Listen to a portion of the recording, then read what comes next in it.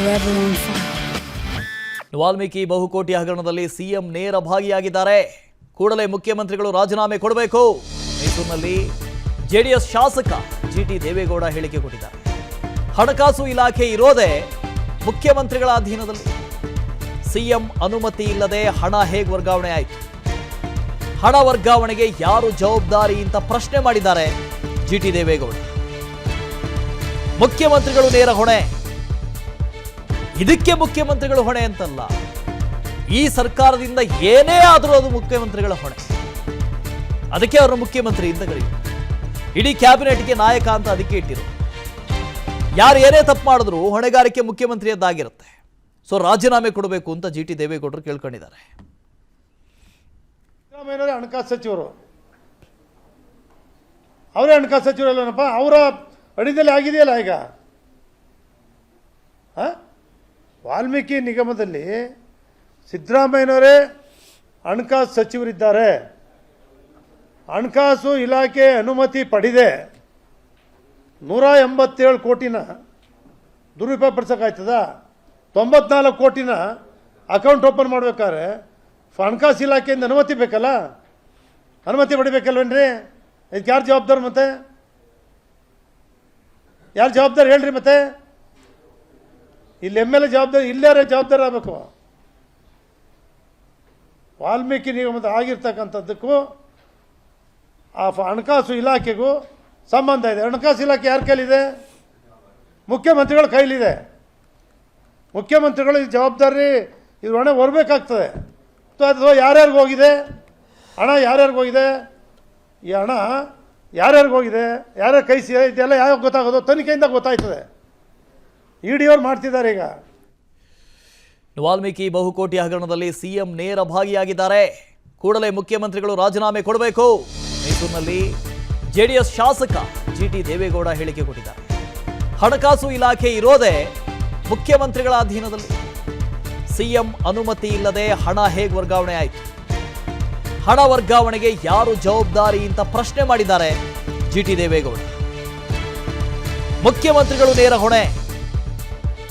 ಇದಕ್ಕೆ ಮುಖ್ಯಮಂತ್ರಿಗಳು ಹೊಣೆ ಅಂತಲ್ಲ, ಈ ಸರ್ಕಾರದಿಂದ ಏನೇ ಆದರೂ ಅದು ಮುಖ್ಯಮಂತ್ರಿಗಳ ಹೊಣೆ.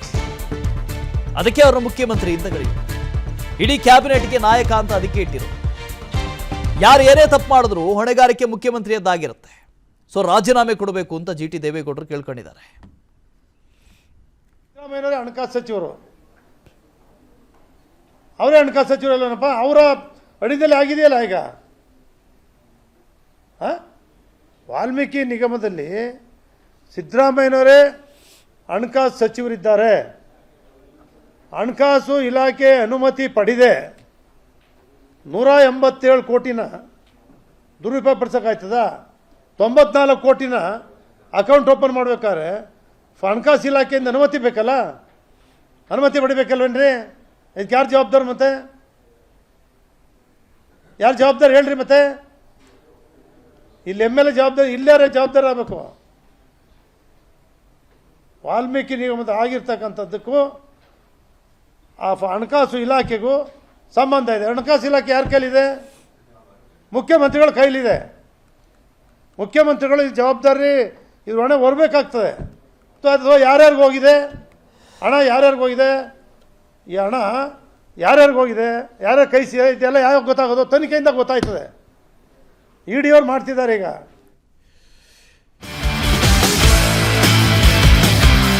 Agony forever on fire. Valmiki ಬಹುಕೋಟಿ ಹಗರಣದಲ್ಲಿ ಸಿಎಂ ನೇರ ಭಾಗಿಯಾಗಿದ್ದಾರೆ. ಕೂಡಲೇ ಮುಖ್ಯಮಂತ್ರಿಗಳು ರಾಜೀನಾಮೆ ಕೊಡಬೇಕು. ಮೈಸೂರಿನಲ್ಲಿ ಜೆಡಿಎಸ್ ಶಾಸಕ ಜಿಟಿ ದೇವೇಗೌಡ ಹೇಳಿಕೆ ಕೊಟ್ಟಿದ್ದಾರೆ.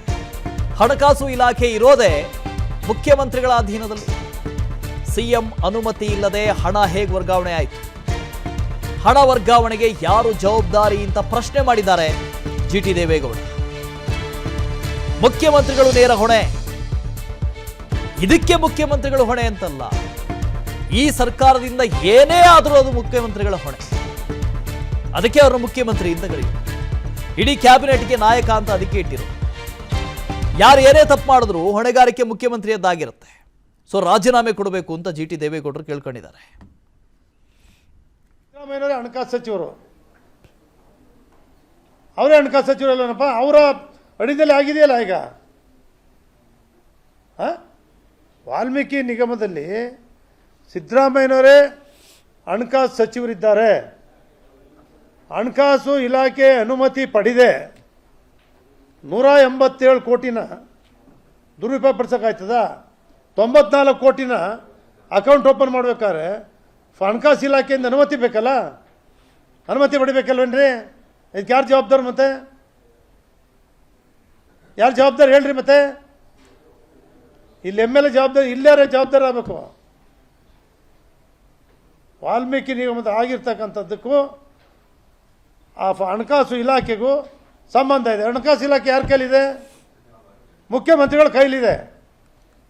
ಮುಖ್ಯಮಂತ್ರಿಗಳು ಈ ಜವಾಬ್ದಾರಿ ಇದು ಹೊಣೆ ಹೊರಬೇಕಾಗ್ತದೆ. ಅಥವಾ ಯಾರ್ಯಾರಿಗೆ ಹೋಗಿದೆ ಹಣ, ಯಾರ್ಯಾರಿಗೆ ಹೋಗಿದೆ ಈ ಹಣ, ಯಾರ್ಯಾರಿಗೆ ಹೋಗಿದೆ, ಯಾರ್ಯಾರು ಕೈ ಸೇರಿದೆ, ಇದೆಲ್ಲ ಯಾವಾಗ ಗೊತ್ತಾಗೋದು? ತನಿಖೆಯಿಂದ ಗೊತ್ತಾಯ್ತದೆ. ED ಅವ್ರು ಮಾಡ್ತಿದ್ದಾರೆ ಈಗ. ಅನುಕ್ಷಣದ ಸುದ್ದಿಗಳಿಗಾಗಿ ವಿಸ್ತಾರ ನ್ಯೂಸ್ ಯೂಟ್ಯೂಬ್ ಚಾನೆಲ್ ಸಬ್ಸ್ಕ್ರೈಬ್ ಮಾಡಿ. ಹೊಸ ಸುದ್ದಿಗಳ ನೋಟಿಫಿಕೇಶನ್ಗಾಗಿ ಬೆಲ್ ಐಕಾನ್ ಕ್ಲಿಕ್ ಮಾಡಿ. ಲೇಟೆಸ್ಟ್ ಅಪ್ಡೇಟ್ಸ್ಗಾಗಿ www.vistaranews.com ವೆಬ್ಸೈಟ್ಗೆ ವಿಸಿಟ್ ಮಾಡಿ. ಅಂಗೈಯಲ್ಲೇ ಜಗತ್ತಿನ ಸುದ್ದಿ ತಿಳಿಯಲು ವಿಸ್ತಾರ ನ್ಯೂಸ್ ಕನ್ನಡ ಆಪ್ ಡೌನ್ಲೋಡ್ ಮಾಡಿ.